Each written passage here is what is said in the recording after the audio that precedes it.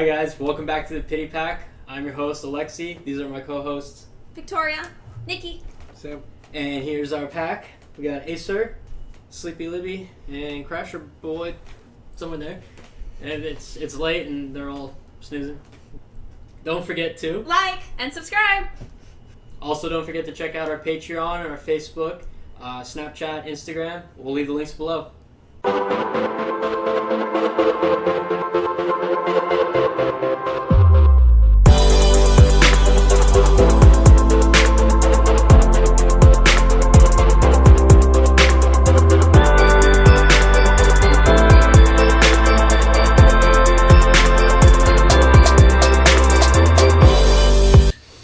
Today we're going to be discussing the events and the protests that are currently happening in Hong Kong.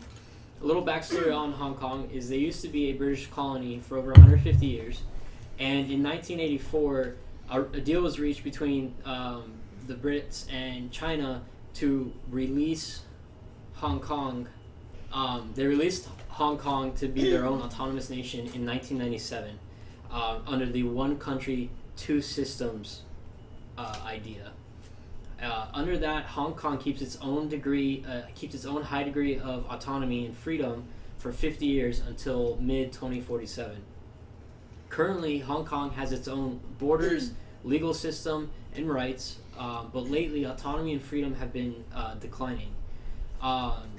As of June of this year, Hong Kong introduced a bill to extradite Hong Kong citizens to mainland China to face trial.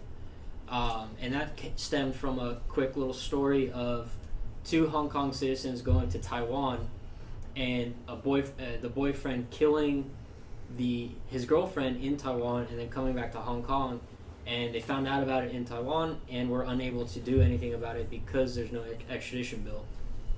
So Carrie Lam, the chief executive of Hong Kong, introduced this bill, and then the protests started happening because of it. And officially, as of 4 days ago, 13 weeks total, the withdrawal of the bill has happened. No. Before that time, before the bill was withdrawn, there was quite a bit of unrest and protest going on about the bill because it allowed Hong Kong citizens to be tried under Chinese law, and they're supposed to be one country, two systems. They're supposed to have their own independent legal system separate from China. The thing that happened with the boyfriend and girlfriend was the perfect excuse for China to push its influence over Carrie Lam, who is the chief executive of Hong Kong, to put in place a extradition law. Weren't they trying to put Chinese people in a position to take over their political system so they could start enforcing Chinese rule within the Hong Kong democratic system? Exactly. So, with the introduction of this extradition bill, the citizens of Hong Kong started protesting, and everybody took not everybody, but everybody took to the streets, including lawyers, doctors, workers, manufacturing workers. Everybody took the streets to protest against this bill, that was introduced, and it's been all peaceful up until a certain point. They're really trying to push a proper agenda and asking for U.S. help. I'm sure some of you might have seen they've been carrying around American flags. They've been chanting the U.S. national anthem, asking for the same constitutional rights that we as Americans have. And these are not little demonstrations. These are not just record-breaking, but 2 million people took to the streets, which happens to be 1/4 of the entire population of Hong Kong. So this congested not just streets and parks and everything else, but they found key infrastructure points too to have their peaceful protests at, like the airports. The airport got a large amount of international publicity because tourists coming in and out and businessmen coming in and out and officials coming in and out of Hong Kong were all completely congested. There was no way to move or anything. 2 million people not just took to the streets but flooded the airports and other civic centers. Well, and they even said that this was the first protest that they've had in centuries that people of all economic class levels contributed to. Yeah. That it wasn't just lower level, it wasn't just college students, it, like you said, it was doctors, it was lawyers, it was businessmen, it was college kids, everybody. Just to prove that point, they would have their own individual, like all accountants would go out and have an accountants protesting. So accountants from all over the city would go and protest, and lawyers would go and protest, and they would, just to show that everybody is out here trying to stand for the Hong Kong Basic democracy. human Yeah, these basic human freedoms that they've lived with for 150 years and still have very much the right to legally in black and white up until 2047. The next 28 years. During these protests, they've come up with more demands through how the government and the police have acted during the protests. It started as just the one demand. They just wanted the full legal withdrawal of the extradition bill, which allowed Hong Kong citizens to be tried in China.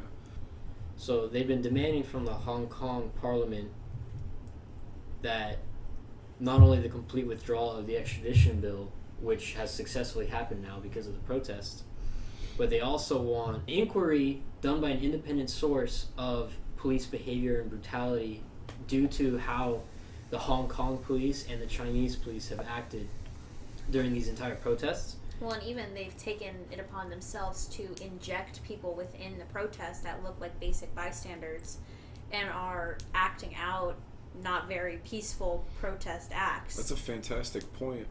There was a group proven to be Chinese mainlanders who came in and disguised themselves as protesters and started a violent riot against other protesters. And then the police then were incredibly slow to react to this mob.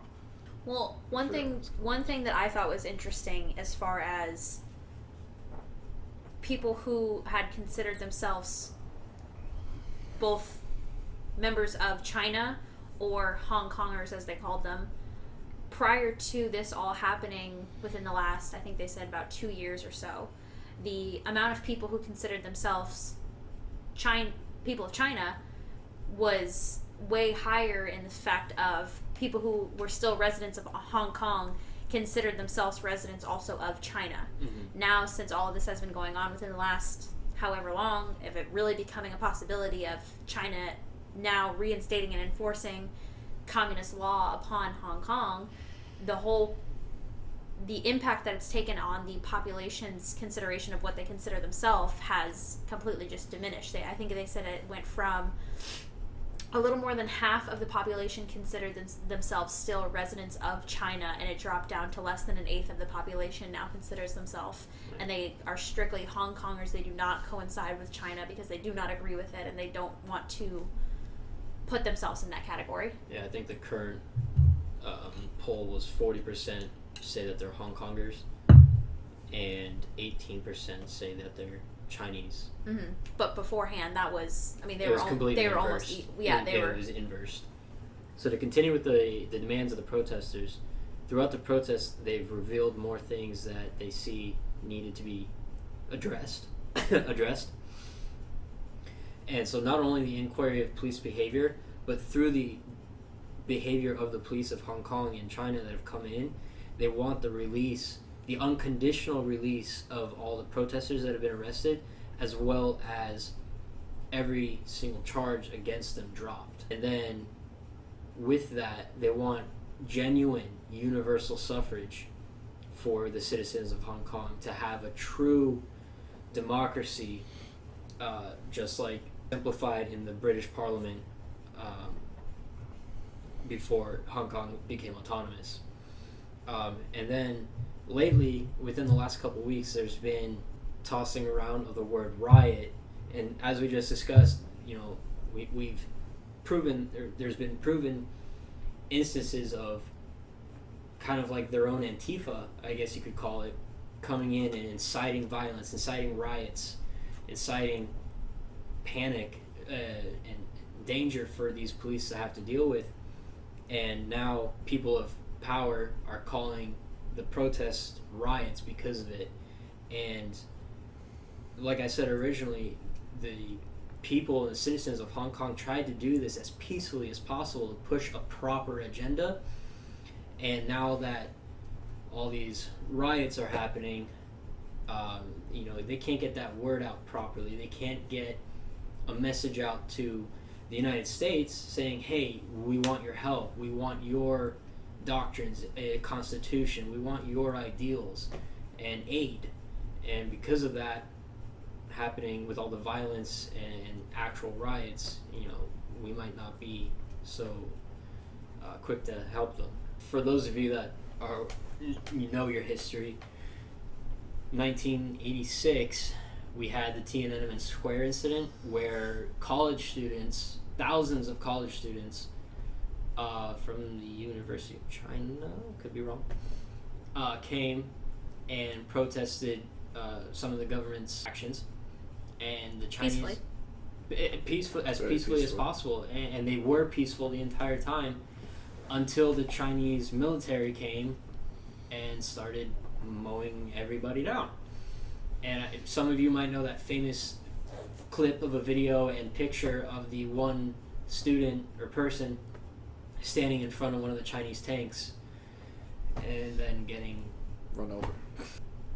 And in that protest specifically, they killed over several hundred to several thousand people. There hasn't been an official death toll because of it, but several hundred to several thousand killed, even more wounded.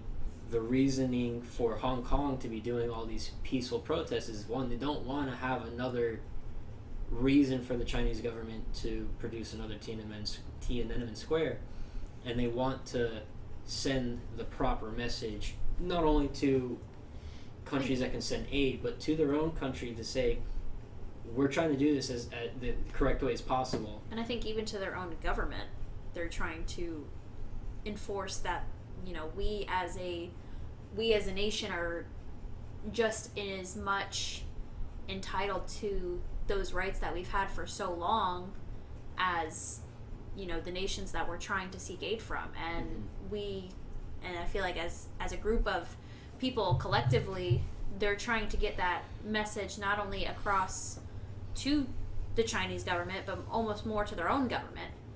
Yeah. Solely for the fact, they have their own people in power who are kind of teetering, what really is the classification of what their rights need to be. Yeah. And they really have a reason to fear China, because just on the other side of the Hong Kong border, the People's Liberation Army is amassing right in Shenzhen, right across the border of Hong Kong.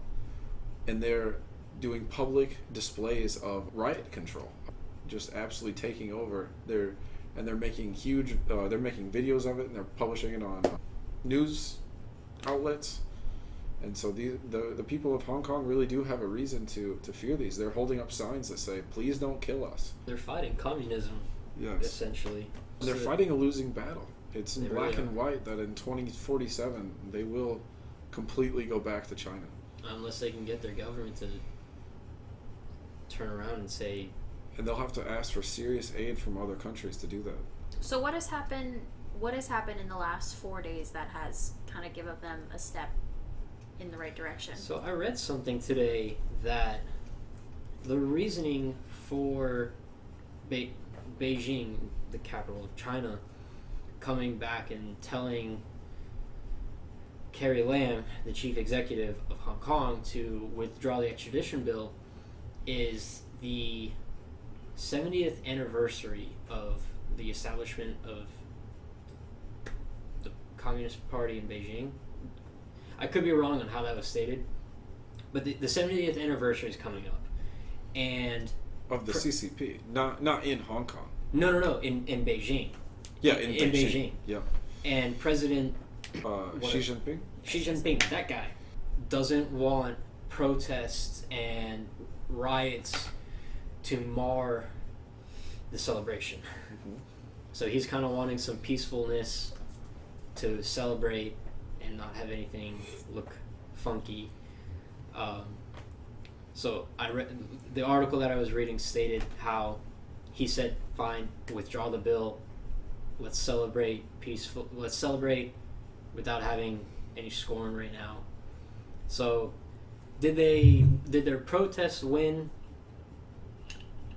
Or did they come at the right time? Yeah, exactly. Did that come at the right time? We don't know. We might never know. They very well could, after the 70th anniversary, say it's back on the board, and you have to follow it, and they're just going to wipe out protesters, or they're going to say, listen, we have so much resistance, we've got to find a new way. You never know. Another thing I was watching and reading today is like they're so controlled down to IDs. China or Hong Kong? Hong Kong and China are so controlled down to facial recognition. Huge facial recognition system. ID cards that track everything, everywhere you go, everything that you buy, do, whatnot. The security there isn't for the citizens' protection. It's for the government to just track the people and know what they're up to, know what they're doing, know what they are into, things like that. They send out, kind of like how the United States has census cards that come out annually. The Chinese government sends these cards that ask you down to, like, do you pray daily? Do you not eat this because of your religion, and things like that. And it's led to people being sent to almost like internment camps just because of what they believe in and whatnot. So the Hong Kong citizens are protesting against a lot of things that are just unjust, and that really gets into like their entire way of life will be upheaved. Upheaved and uprooted and completely thrown out. Mm-hmm. Especially in 2047 when the sovereignty rule is supposed to be completely turned over. I think it might be a good idea to actually go back and talk about how these injected rioters from China, they actually didn't just give the protesters a bad rap at the time so they could call them riots, but they also allowed the Hong Kong police to get much, much more aggressive. So this also bolstered the fear in these protesters who were still making the choice every day to go out and protest, where their actual safety is in jeopardy. The police stepped up the containment or the crowd control to the point where they're using tear gas, non-lethal rounds, rubber bullets, blue riot dye. shields. Blue dye. They're beating people with their nightsticks. One woman had her eye shot out. Tons of rioters have all kinds of respiratory problems from the tear gas. There's been rioters so many have barely been being beaten. for There was one where riot police were storming a train where protesters went, and there's protesters and non-protesters on this train alike, and these police just went in this train and just beat everybody and just wouldn't stop beating them. There's also been just recently horrible instances where the protesters are demanding an inquiry into the police's conduct because they're doing things to women, like stripping them naked and like weird stuff that's obviously in no ethical. Were they found raping them? Yeah, I don't know if it actually went so far as they raped them, but they were like stripping them naked and groping them and being, I mean, way crossing the line, obviously. And like, I believe one woman had her top ripped off, and they were making her like crawl. That could be, I could have my facts a little skewed, but so yes, there's just these human injustices are going on, and Carrie Lam, the executive of Hong Kong, is siding with not siding with anyone, saying that these inquiries into the police's conduct don't need to happen because it's during riot times or like there's no reason, they're just doing their job.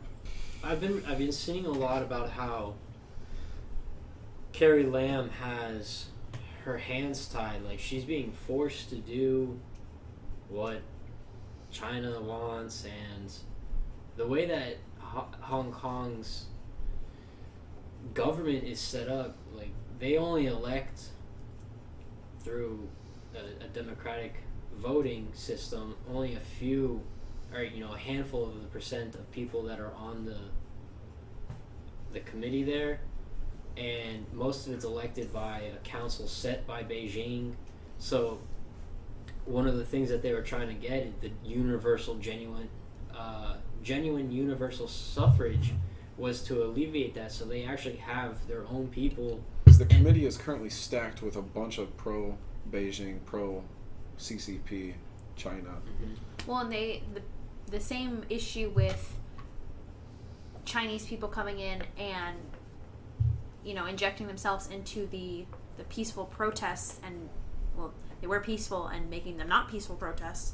Those same exact people are being injected into like the voter system, and they're inflicting on how their government is essentially chosen.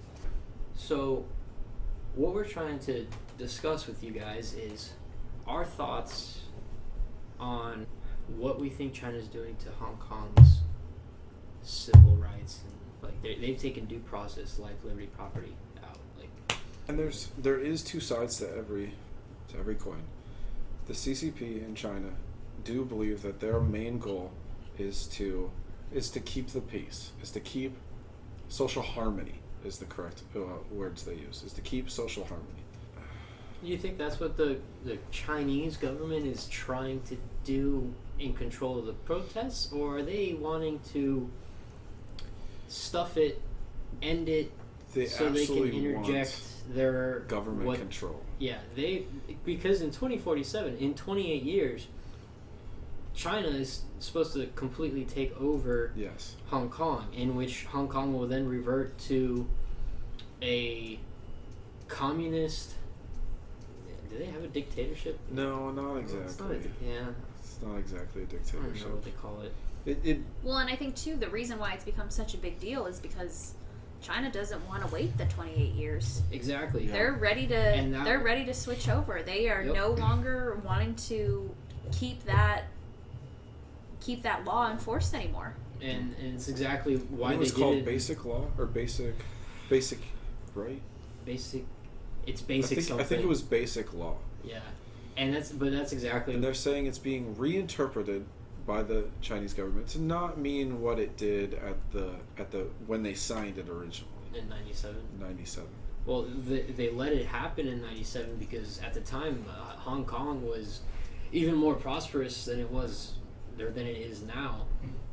They were a fourth or a fifth of the total GDP of what is GDP? Gross domestic product of China itself. It's a huge hub of manufacture and import-export. So at the time, the government of China itself was like, let's keep them happy, let's let them be Hong Kongers. And now, because they were profiting from it. Yeah, exactly. Because China itself was profiting a lot from it, and now because Hong Kong isn't as profitable and helpful to the country, the government of China, now they're saying, screw you guys, you don't get to be who you are anymore. So do you guys believe that the Hong Kong deserves the rest of the world's assistance? Should other countries, like democratic countries, the United States, help and back Hong Kong, or do we let them work this out on their own? Because there's been so much opposition to us being like in places like the Middle East. But should we spend our resources and manpower and stuff to potentially help them? What do you guys think? Yes. I think we should. should. What were you going to say, Victoria? Well, for that one, yeah, I think that we definitely should. If we were in that position, we would want somebody to come help us. So we have been and in we that should position. be, yeah. And to just sit back and watch is kind of ridiculous. But what happens if like we send our aid and we get another like Somalia, Mogadishu, or we have a total retaliation from China? I mean, itself. That's easy this to isn't say like when Syria. you're. Like China is often that's world ending. I know, Yeah, but like at the same time, like that's also like easy to say when we're not the ones that are being taken over by another country. Like I bet you there's a lot of Americans who say they'd turn their back on it. Well, how many conflicts have we gotten into where we interject on and help the smaller one, like Ukraine,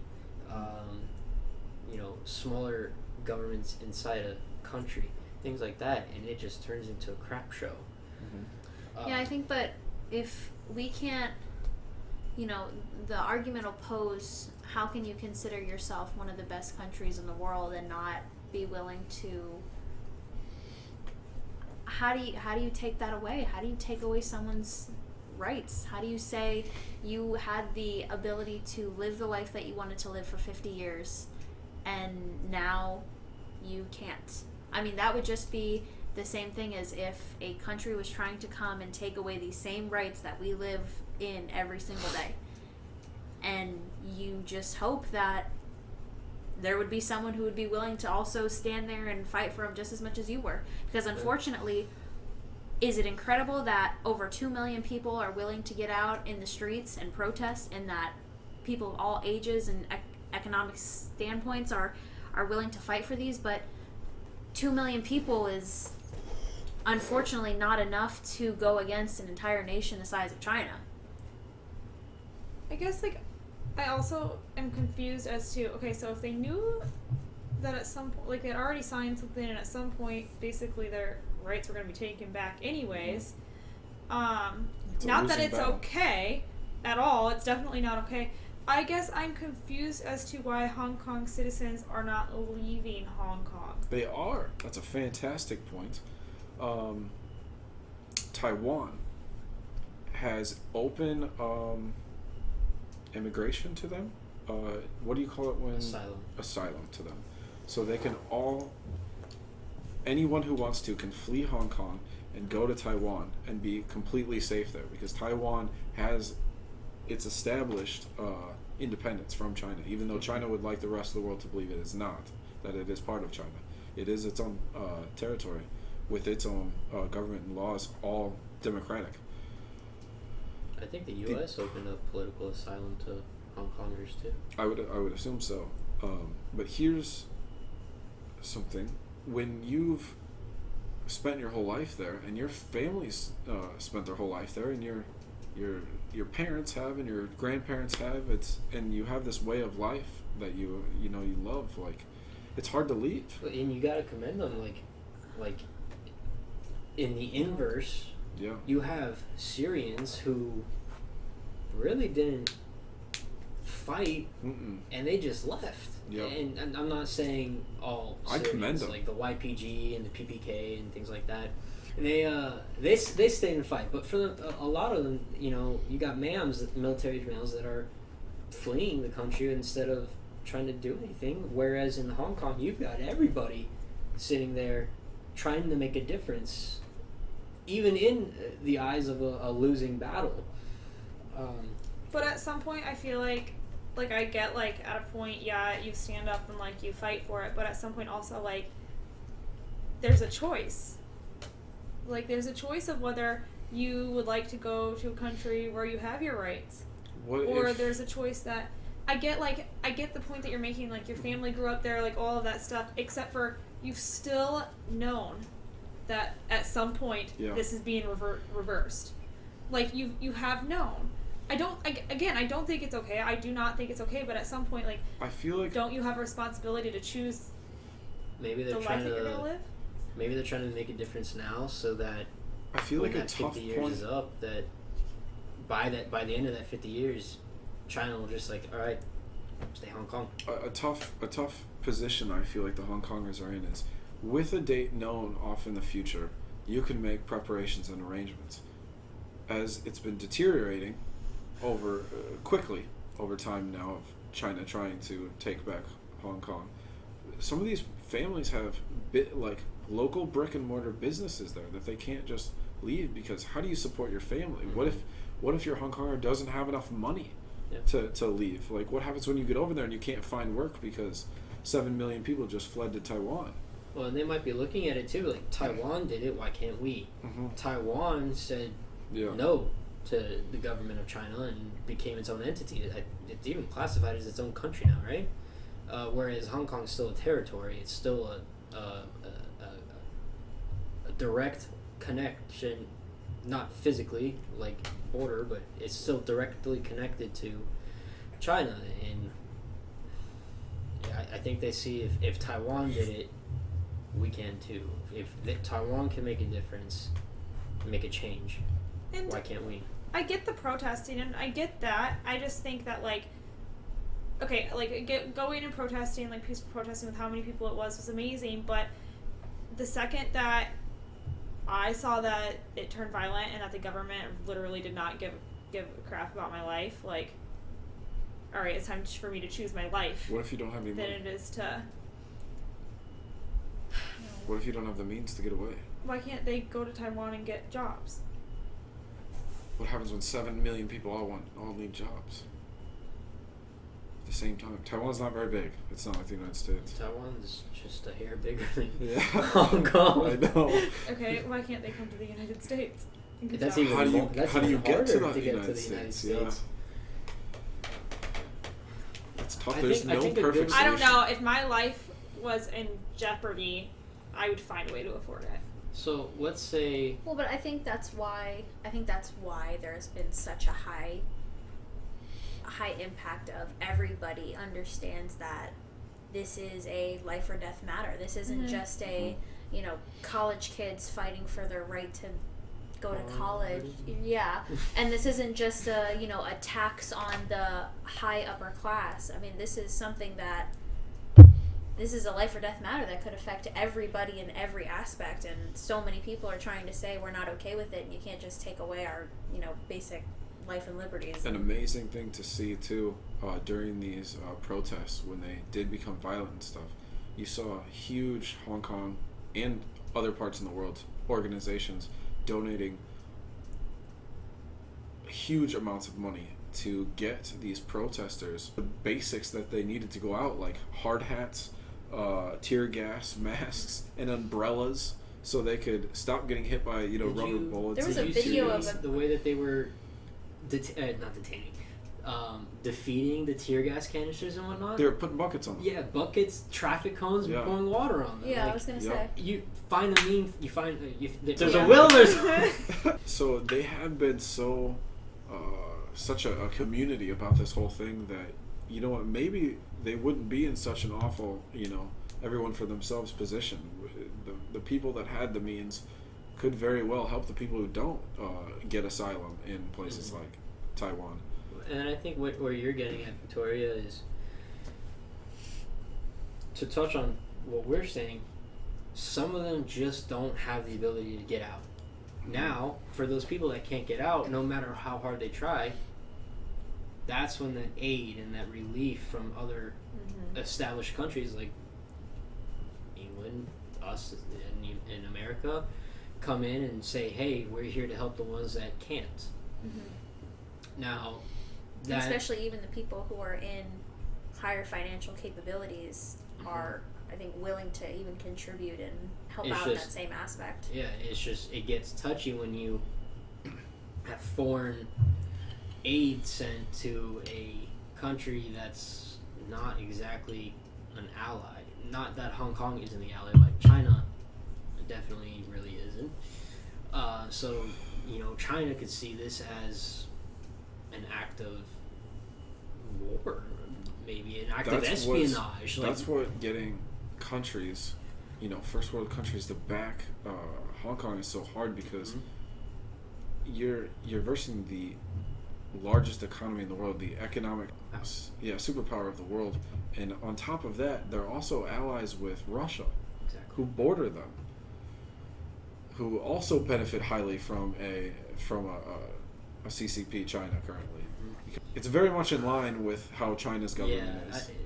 I just know that I do know North Korea, China, and Russia all benefit from each other. That they're not, the last non-democratic countries on earth. It's quite the opposite. They have incredible economic influence, incredible military influence. So, as if this was a different country, if Hong Kong was attached to a different country, aid would be there in a split second. But nobody wants to incur the wrath of China because they just can throw their weight around. It's dancing on a fine line of is war. dancing on the fine line of war, and dancing on the fine line is helping in the best interest of our nation. You know, not us as in America, but even another first world country that could help. Is it in the best interest to poke the Chinese tiger? The sad thing is, I think as everyday people, it's hard to say, you know, you don't go out and you help somebody else who in an everyday situation lives the same life that you do. You know, but at the same time, on a much, much larger scale, I mean, you're putting potentially at risk, you know, you're weighing out thousands of lives for other thousands of lives, and it's hard and nearly impossible to, you know, decide, you know, do we put our own country's lives at risk for another country's lives, but at the same time, how do you just stand back and almost watch people just get potentially slaughtered? I mean, where do you're literally in between a rock and a hard place. So Victoria, what do you think, given what we've just been talking about, how, you know, sending help could, you know, possibly send us into worst case scenario, a war? Do you think that any type of aid is worth sending them? What if, you know, they had their own ability to fight back? Literally, like, they've been chanting for a Second Amendment. What if they had a Second Amendment type of deal like we do, where, you know, every citizen, for the most part, is able to own a gun? What do you think about that? I mean, I think at this point, no, because they've already got so many citizens that are so angry and so mad. I don't see it going very well. In terms of having guns and a in Second terms Amendment? of implementing guns in a Second Amendment right now. Right I now. think What that if if they would have done done it, it may have been a different situation. I don't think police officers or like the government would have been as comfortable with the acts that they as comfortable, took part in. Or do you think that they might have been deterred from? I think it would have been worse having a Second Amendment, just because the entire People's Liberation Army is right across the border, ready to storm it. So in that regard, do you think China an excuse? It would give China an excuse. Now, what if, like, do you know so in World War II, a Japanese commander general, I don't remember what they called him, made the quote. Samurai? No, he was a Japanese Imperial Army. So there was the Japanese commander leader who said, behind every blade of grass in America is a person with a gun, or American with a gun, or a gun, or something like that. And he's like, that's why we never invaded. And so yes, so on a large scale, I could see how the Second Amendment would work. However, you have a little bitty Hong Kong sitting next to great big China. Well, but if would it still be China had the Second Amendment, it might be a very different story if they feared their population a little more, because China has all the power. Well, let's say that Hong Kong, let's say that Hong Kong had an established Second Amendment like we do, where they're legally allowed to own guns so long as they aren't felons. Do you think that would deter forceful action like we've been seeing, and possible further forceful action?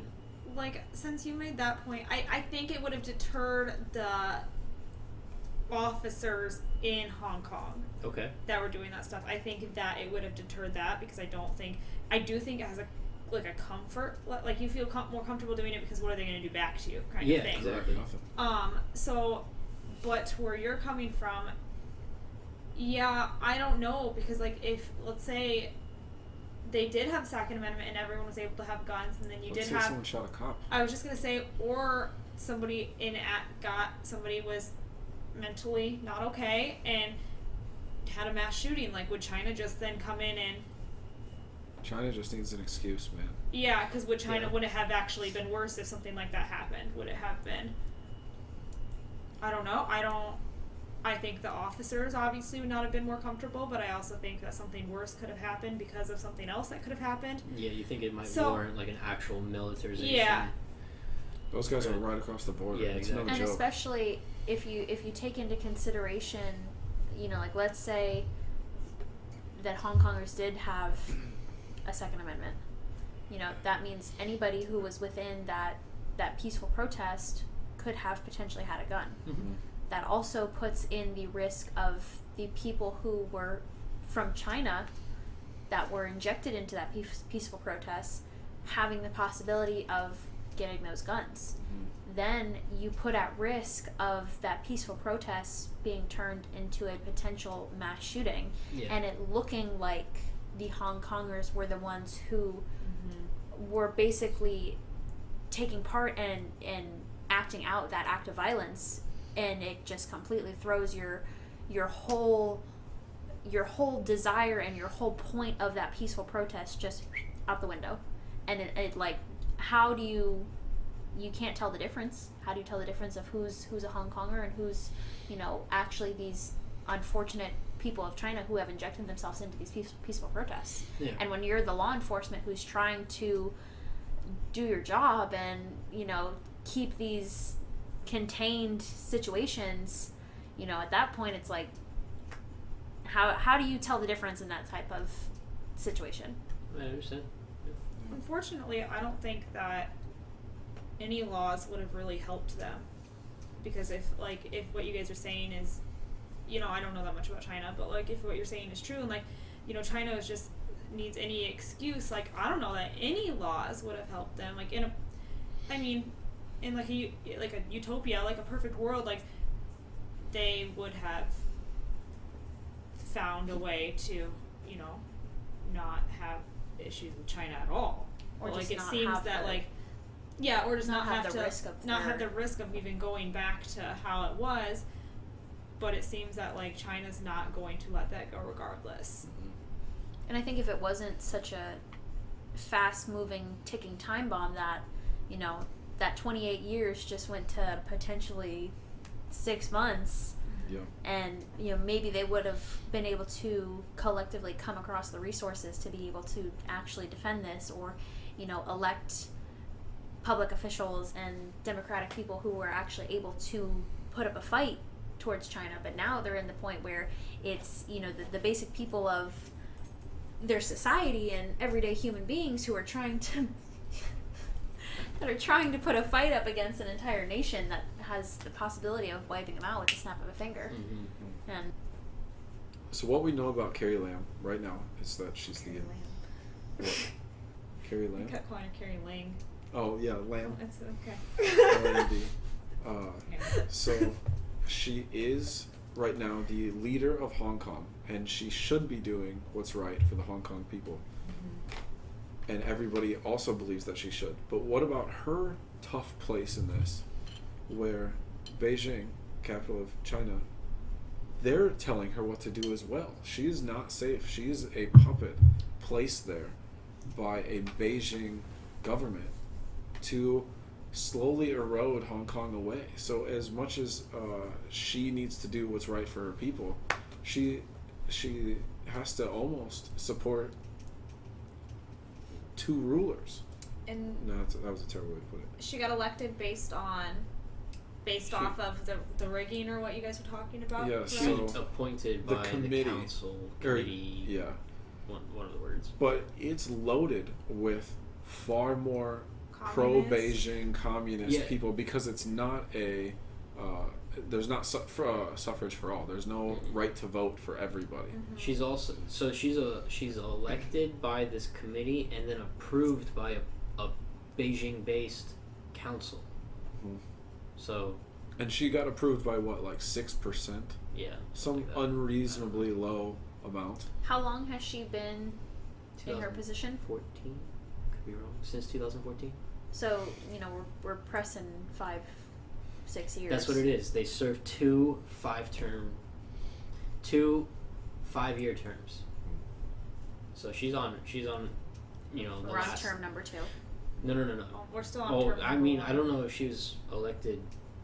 Is it beforehand. 2 terms of 5 years? Yes. 2 So 5 if she was elected in 2014, we're coming up on 2020. That means that 5 years has already come and gone.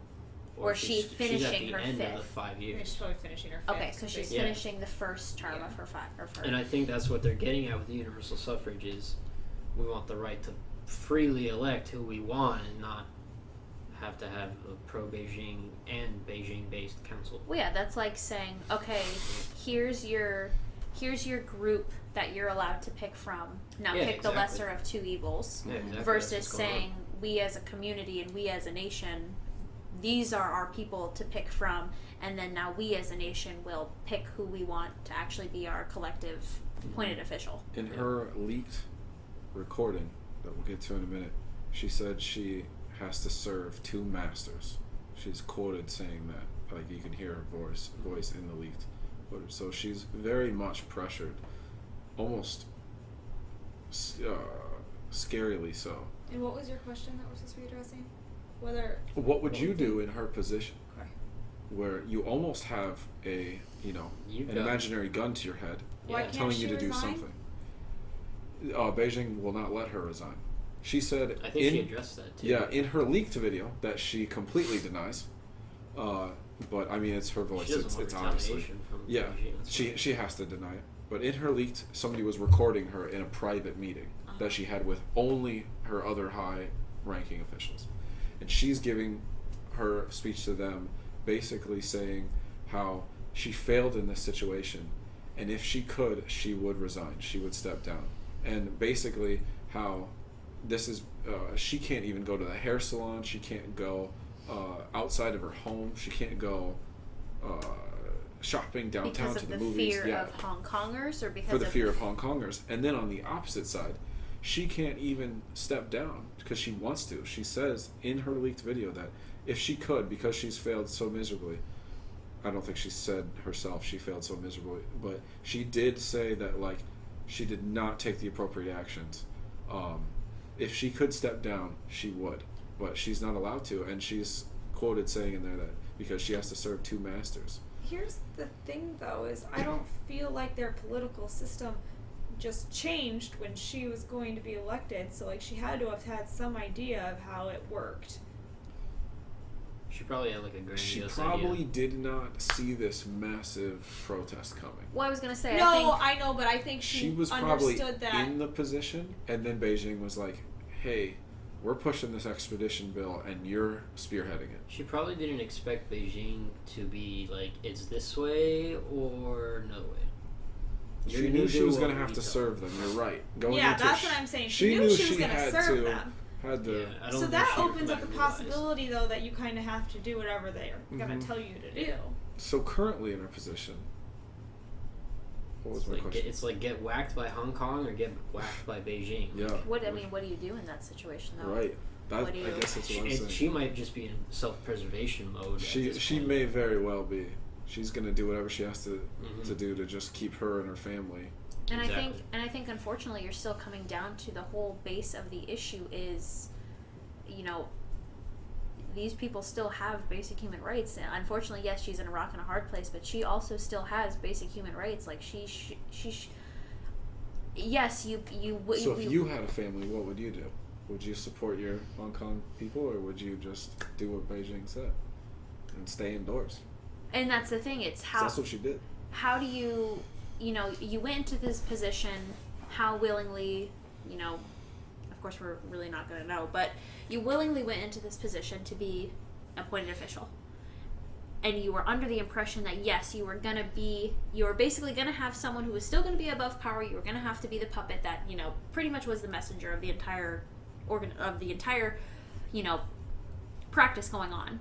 But how do you then decide that, okay, I either need to do nothing for the people that I supposedly went into this role and said that I was going to be the one to fight for them to, push their rights just as much as the rest of the nation, or do I put my own life and my own family's lives at risk because I'm trying to push for these people, and also for these people who right now are not very fond of me. And unfortunately, you're kind of... And the protesters' new number one demand is that she steps down. Yeah. And Beijing is saying you can't step down. I feel like here's the thing, though, is that, like, the family argument, though, is that, I mean, you're the one who went up for the position. You took the position. But what if you took the position trying to you may do have for taken Hong Kong? You may have taken the position Knowing trying to that do it the was a right for tough Hong spot. Kong.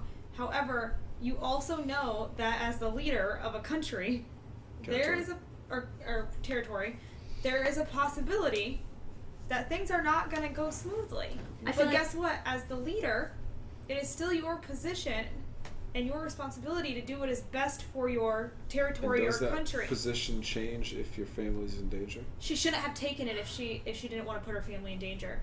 I mean, I think, when you put yourself into that position, do I think it's fair that she should have to pick between her territory or her family? No. But at the same time, there could have come the risk of her family being put in this position at any point in time, regardless of if it was Beijing, being the one that was holding the trigger or not. So you guys believe she should do what's right and support her people? I think she should send her family away and then do what's right for her people. Yeah, and I think I would bet you that the CCP or Beijing are watching her family very carefully. Oh, I'm sure. But to at make the same sure time, they do not get tickets out. She did take. If I wouldn't do it anyways because I know the risks of being a leader for any country or territory. Someone's got to be leader though. Okay, but people know that risk. They're not stupid. They know the risk. And if I had a family, I never would have done that. Because at the end of the day, who are you going to pick? Yeah. And I think, unfortunately, I feel like a part of it ties into the whole, ignorance is bliss aspect is, did you really think that something of this extreme was going to happen within your time of term? Couldn't. If you it was were record-breaking. If you were supposedly only going to have to serve another 5 years, let's say, well, you still had 23 after that before, things were really tables were going to turn. So at that point, it's like, well, I'm not the one that has to necessarily deal with the problem anymore. Yeah. But unfortunately, you're now in the position where this is your problem and you have to deal with it. And how are you as an appointed official going to deal with it? Because unfortunately, you are the face of the rest of your territory. You are the face that, at the end of the day, decides what happens to these people. Well, unfortunately, we've already seen how she's going to deal with it. Yeah. She's not. Yeah. She signed up with a duty to do. What I think is pretty appalling is her not opening investigations on the police. Because I don't feel there's any real repercussion from Beijing of doing that, and that would give so much back to the protesters, but then she'd have to admit that she was wrong originally, and I bet you that looks bad on Beijing. I'm curious to see what's going to happen in the coming days and weeks with the protests, and it's a big deal because I know there's a guy called the Shotgun Cop. He was one of the cops that started shoving the end of his shotgun in protesters' faces. He was in Hong Kong. He was a Hong Kong police officer. He was actually then sent back as a hero to mainland China because, by the way, they're cut off. And anybody in mainland China is cut off from the rest of the world. Mm-hmm. They have no internet access, no media access at all. Can't see. Hong Kong can see everything. They have open lines to all the rest of the world's internet.